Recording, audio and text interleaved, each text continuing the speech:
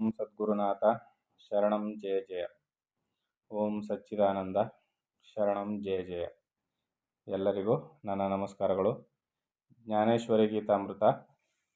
ಕೃಷ್ಣ ಪರಮಾತ್ಮನು ಅರ್ಜುನನಿಗೆ ಉಪದೇಶವನ್ನು ಮಾಡ್ತಾ ಸದ್ಗುರುವಿನ ಬಳಿಯಲ್ಲಿ ಶಿಷ್ಯತ್ವವನ್ನು ಅನುಸರಿಸಿ ಗುರುವಿನ ಆಜ್ಞಾ ಪ್ರಕಾರ ನಡ್ಕೊಂಡು ನಾವು ಅಭಿಮಾನವನ್ನು ನೀಗಿ ಗುರು ಸೇವೆಯನ್ನು ಮಾಡಿದ್ದೇ ಆದರೆ ಜ್ಞಾನೋಪದೇಶವನ್ನು ಮಾಡಿ ಕೈವಲ್ಯವನ್ನು ಉಂಟು ಮಾಡ್ತಕ್ಕಂಥ ಜ್ಞಾನವನ್ನು ಗುರು ಉಪದೇಶ ಮಾಡ್ತಾನೆ ಅಂತ ಅರ್ಜುನನಿಗೆ ಕೃಷ್ಣ ಹೇಳ್ತಾ ಇದ್ದ. ಇಂತಹ ಸ್ಥಿತಿ ಉಂಟಾಗಲು ನಿನ್ನ ಚಿತ್ತವು ಬ್ರಹ್ಮಸ್ವರೂಪದೊಡನೆ ತನ್ಮಯವಾಗಿ ನಿರ್ಭಯವಾಗುವುದು. ಆತ್ಮಜ್ಞಾನದ ಉಪದೇಶ ನಡೀತಾ ಇದೆ. ಯಾವಾಗ ಗುರುವಿನಿಂದ ಜ್ಞಾನೋಪದೇಶವಾಗುತ್ತೋ ಅಲ್ಲಿ ನಮಗೆ ಕೈವಲ್ಯ ಉಂಟಾಗುತ್ತೆ. ಇಂಥ ಸ್ಥಿತಿ ಉಂಟಾದಾಗ ಏನಾಗುತ್ತೆ, ನನ್ನ ಚಿತ್ತವು ಬ್ರಹ್ಮಸ್ವರೂಪದೊಡನೆ ತನ್ಮಯವಾಗಿ ನಿರ್ಭಯವಾಗುವುದು. ನನ್ನ ಚಿತ್ತ ಏನಾಗುತ್ತೆ, ಮನಸ್ಸು ಬ್ರಹ್ಮಸ್ವರೂಪದಲ್ಲಿ ಬೆರೆತು ಹೋಗುತ್ತೆ, ತನ್ಮಯವಾಗುತ್ತೆ. ಇಲ್ಲಿ ಬೆರೆತು ಹೋಗುತ್ತೆ ಅನ್ನೋದಲ್ಲ, ತನ್ಮಯವಾಗುವುದು.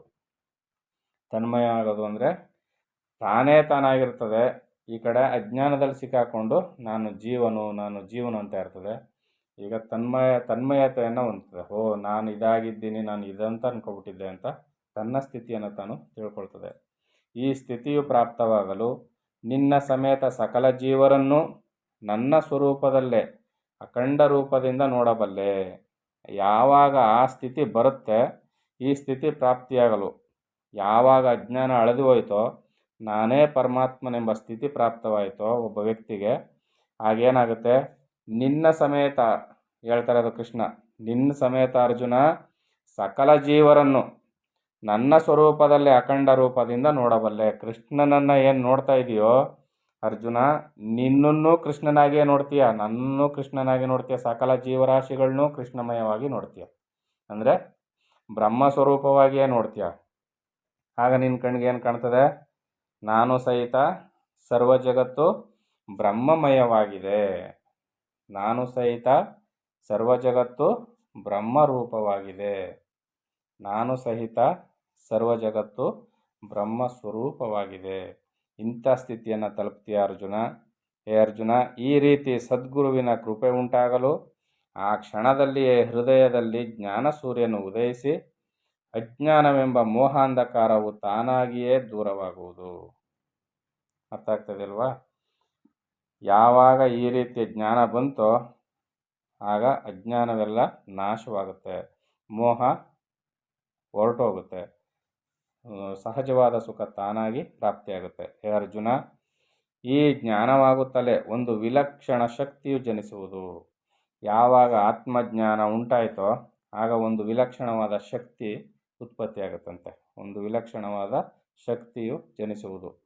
ಆಗ ಪಾಪರಾಶಿಯು, ಭ್ರಮೆಯ ಸಾಗರವು, ಮೋಹವೆಂಬ ಪರ್ವತವು ಜ್ಞಾನ ಪ್ರಭಾವದಿಂದ ನಾಶವಾಗುತ್ತದೆ. ನಾವು ಸಂಚಿತ ಕರ್ಮದ ಗುಡ್ಡೆ ಹಾಕೊಂಡಿರ್ತೀವಲ್ಲ ಬಹುಜನ್ಮಗಳಲ್ಲಿ ಮಾಡಿ, ಆ ಪಾಪರಾಶಿ ನಾಶವಾಗುತ್ತೆ.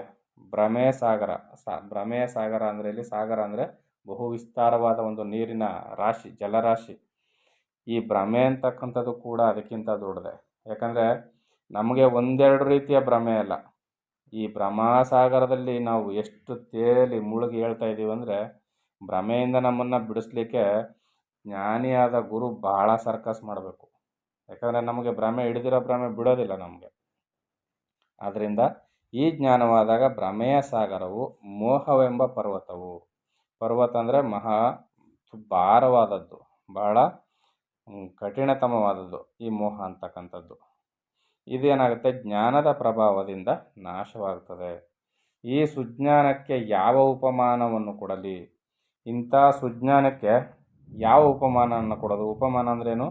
ಒಂದಕ್ಕೆ ಇನ್ನೊಂದನ್ನು ಹೋಲಿಸಿ ಹೇಳೋದು. ಚಂದ್ರನಂತೆ ಮುಖ, ಸೇಬಿನಂತೆ ಕೆನ್ನೆ, ಹೂವಿನಂತೆ ನಗು, ಈ ಥರ ಹೇಳ್ತಾರಲ್ಲ, ಈ ರೀತಿಯಲ್ಲಿ ಯಾವ ಉಪಮಾನೆಯನ್ನು ಕೊಡಲಿ ನಾನು? ಪರಮಾತ್ಮನನ್ನು ಅರಿಯುತ್ತಲೇ ವಿಶ್ವವು ಸತ್ಯವೆನ್ನುವ ಭ್ರಮೆಯು ಲಯವಾಗುವುದು. ಯಾವಾಗ ಪರಮಾತ್ಮನನ್ನು ಅರಿಯೋದಕ್ಕೆ ಆರಂಭ ಮಾಡ್ತೀವೋ ಆಗೇನಾಗುತ್ತೆ, ವಿಶ್ವವು ಸತ್ಯ ಎನ್ನುವ ಭ್ರಮೆ ಲಯವಾಗುತ್ತೆ. ವಿಶ್ವವೆಲ್ಲ ಏನು? ಅದು ಸಾಗರದಲ್ಲಿ ಎಲ್ಲೋ ಒಂದು ಕಡೆ ಶೀತ ಜಾಸ್ತಿಯಾಗಿ ನೀರು ಮಂಜುಗಡ್ಡೆ ಆಗುತ್ತಲ್ಲ, ಆ ಥರ. ಇಲ್ಲಿ ಸಾಕಾರ ರೂಪನ ತಾಳಿರ್ತದೆ. ಯಾವುದರಿಂದ? ಮಾಯೆಯ ದೆಸೆಯಿಂದ. ಚಿತ್ತು ಮಾಯೆಯನ್ನು ಒಡಗೂಡಿದಾಗ ಅಶುದ್ಧ ಚಿತ್ತಾಗಿ ಜಗತ್ತಾಗಿ ಕಾಣಬರುತ್ತೆ. ಆ ಜಗತ್ತಾಗಿ ಕಂಡು ಬಂದಂಥ ಈ ವಿಶ್ವ ಏನಾಗುತ್ತೆ? ಶಾಶ್ವತವೇನೋ ಅನ್ನಿಸ್ತಾ ಇರ್ತದೆ ಅಜ್ಞಾನ ದೆಸೆಯಿಂದ. ಸುಜ್ಞಾನ ಬಂದಾಗ ಏನಾಗುತ್ತೆ?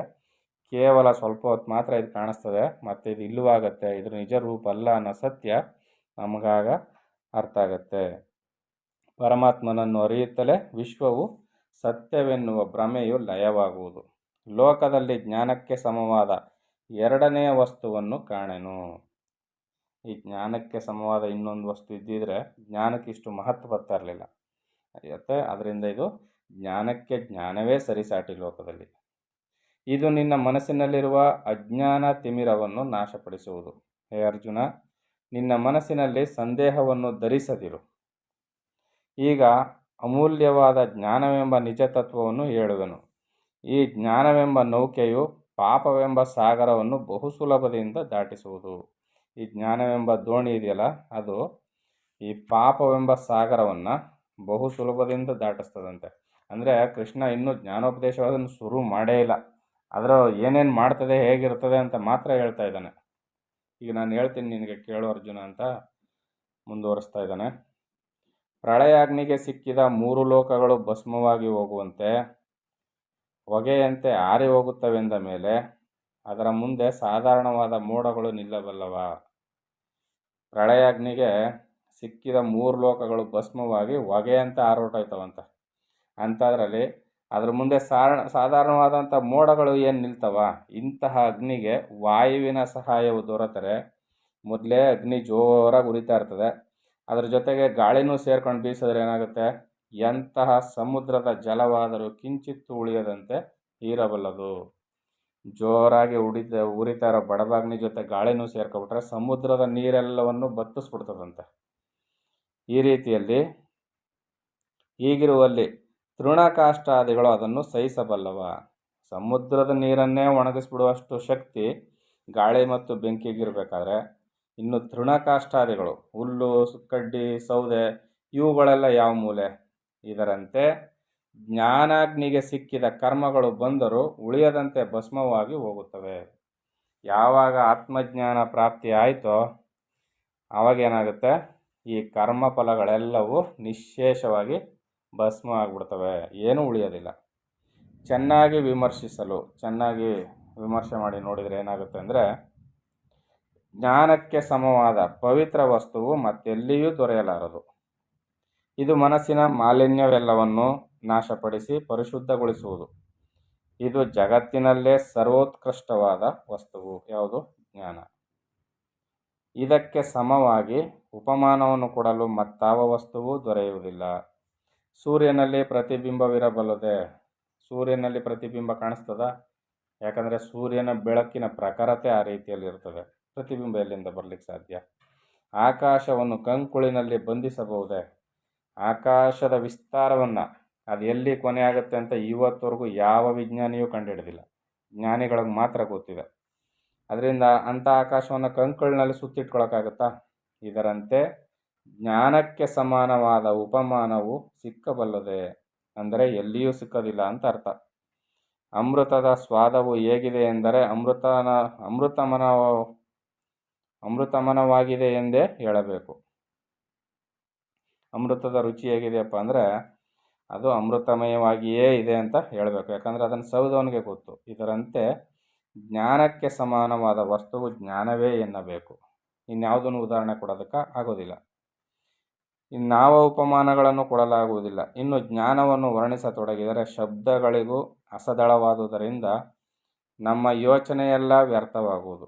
ಈ ರೀತಿ ಶ್ರೀಕೃಷ್ಣನು ಹೇಳಲು ಆ ಮಾತುಗಳನ್ನು ಕೇಳಿದ ಅರ್ಜುನನು ಚಿನ್ನ ಸಂಶಯನಾಗಿ ತಲೆದೂಗುತ್ತಾ ಹೌದೆಂದನು. ಮತ್ತು ಭಗವಂತನು ಹೇಳಿದುದನ್ನೆಲ್ಲ ಸರಿಯಾಗಿದೆ. ಇನ್ನು ಜ್ಞಾನದ ಲಕ್ಷಣವನ್ನು ಗುರುತಿಸುವುದು ಹೇಗೆ? ಅದನ್ನು ಶ್ರೀಕೃಷ್ಣನಿಂದಲೇ ಕೇಳಬೇಕು ಎಂದು ಯೋಚಿಸಿದನು. ಇಷ್ಟೆಲ್ಲ ಕೃಷ್ಣ ಹೇಳ್ತಾ ಇದ್ದಾನಲ್ಲ, ಎಲ್ಲ ಸರಿಯಾಗಿದೆ. ಆದರೆ ಆ ಜ್ಞಾನದ ಲಕ್ಷಣ ಹೇಗಿರ್ತದೆ, ಅದನ್ನು ಗುರುತಿಸೋದು ಹೇಗೆ? ಇದನ್ನು ಕೃಷ್ಣನ ಹತ್ರ ಕೇಳಿ ತಿಳ್ಕೋಬೇಕು ಅಂತ ಅರ್ಜುನ ಯೋಚಿಸ್ತಾ ಇದ್ದ. ಆಗ ಶ್ರೀಕೃಷ್ಣನು ಅರ್ಜುನನ ಮನೋಭಾವವನ್ನು ಅರಿತು ಹೇ ಅರ್ಜುನ, ಜ್ಞಾನ ಪ್ರಾಪ್ತಿಗೆ ಉಪಾಯವನ್ನು ಹೇಳುವೆನು ಕೇಳು ಎಂದನು. ಇನ್ನು ಜ್ಞಾನ ಪ್ರಾಪ್ತಿಗೆ ಉಪಾಯವನ್ನು ಹೇಳ್ತೀನಿ ಅರ್ಜುನ ಕೇಳು ಅಂತ ಹೇಳ್ತಾನೆ. ಯಾವ ರೀತಿಯಲ್ಲಿ ಜ್ಞಾನ ಪ್ರಾಪ್ತಿಗೆ ಉಪಾಯ ಹೇಳ್ತಾನೆ ಅದನ್ನು ನಾವು ಮುಂದಿನ ಆಡಿಯೋದಲ್ಲಿ ನೋಡೋಣ. ಎಲ್ಲರಿಗೂ ಒಳ್ಳೆಯದಾಗಲಿ. ಓಂ ಸದ್ಗುರುನಾಥ ಶರಣಂ ಜಯ ಜಯ.